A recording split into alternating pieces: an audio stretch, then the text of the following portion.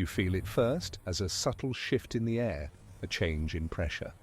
The room, once warm and filled with a shared language of silence, now feels vast and cold. Her laughter doesn't reach her eyes anymore. Her touch, once an anchor, now feels like a fleeting brush of silk. Present, but without weight, without meaning. You replay the last few weeks, the last few months, in a frantic, looping reel. You search for the mistake, the wrong word, the broken promise.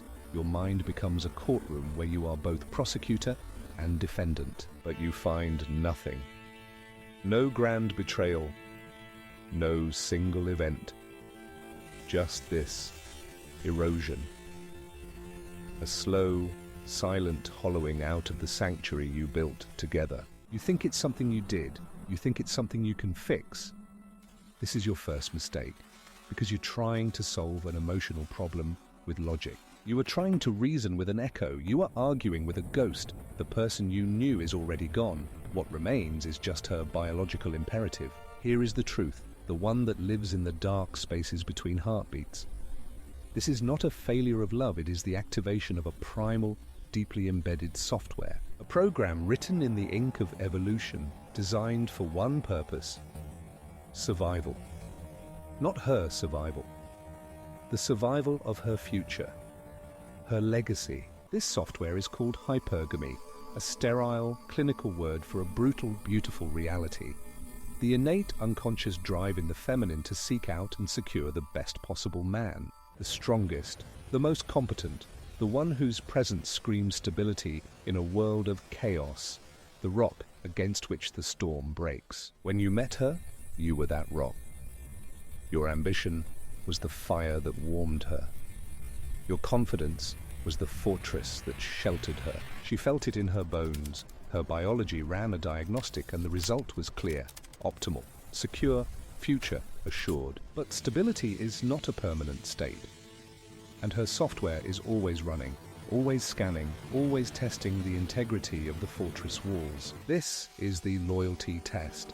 And it is not a single dramatic event. It's not a question she asks. It is 1,000 tiny, silent pressures applied over time. She will create a small storm of chaos, an argument over nothing, a moment of emotional withdrawal, a challenge to your authority or your plans. She isn't doing this consciously. Her biology is pushing the buttons. It's rattling the cage. It needs to know. Are you still the zookeeper, or have you become one of the animals? It needs to know if the rock is still solid, or if it has begun to crumble into sand. And how do 99% of men respond? They fail, spectacularly. They fail not because they are bad men. They fail because they are good men who have been taught the wrong lessons. They are taught to be accommodating, to talk through every feeling, to meet her chaos with supplication and emotional reasoning. When her storm comes, you try to calm it. You ask, what's wrong? You plead, you chase, you become the emotional tampon. You absorb her negativity, her chaos, hoping to restore the peace. And in that moment, the test is over. You have failed. You have shown that her storm has power over you. You have shown that your emotional state is dependent on hers. You are no longer the rock. You are just another wave in her ocean. The biological software flashes a red alert.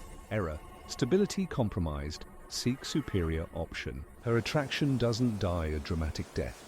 It starves, it withers from a lack of respect. Because a woman cannot feel desire for a man she does not respect. And she cannot respect a man she can emotionally dominate. Let's call him Arthur. And let's call her Ilara. Arthur was a good man, devoted, hard-working.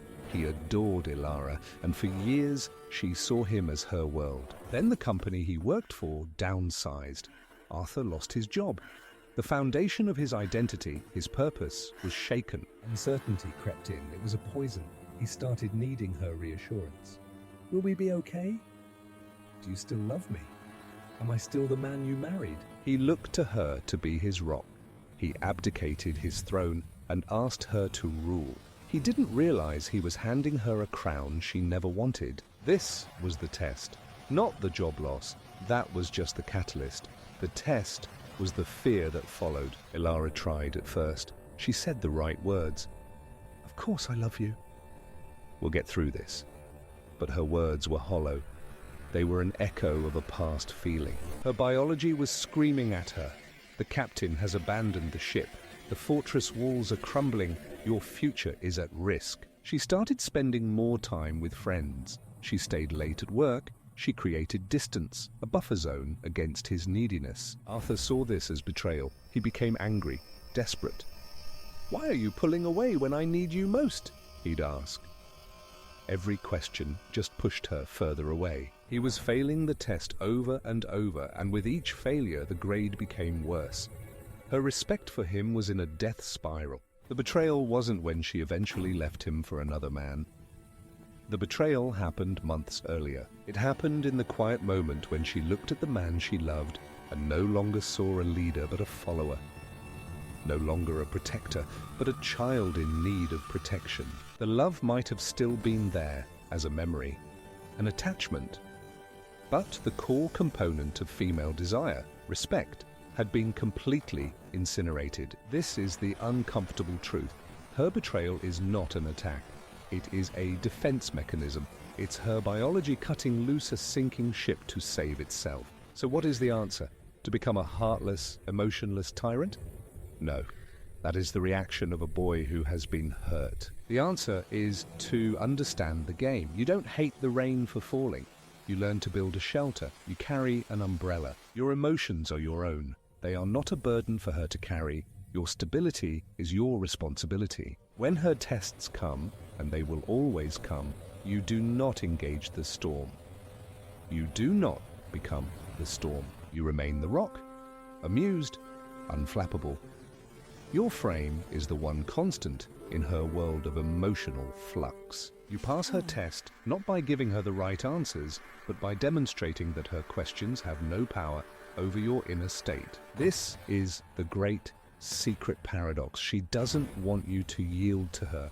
She wants to know that you are incapable of yielding. She wants to feel that your purpose, your mission in life is more important than her temporary emotional storms, because that is safety. That is a future she can bet on. Understanding this isn't a license for cruelty. It is a map for strength.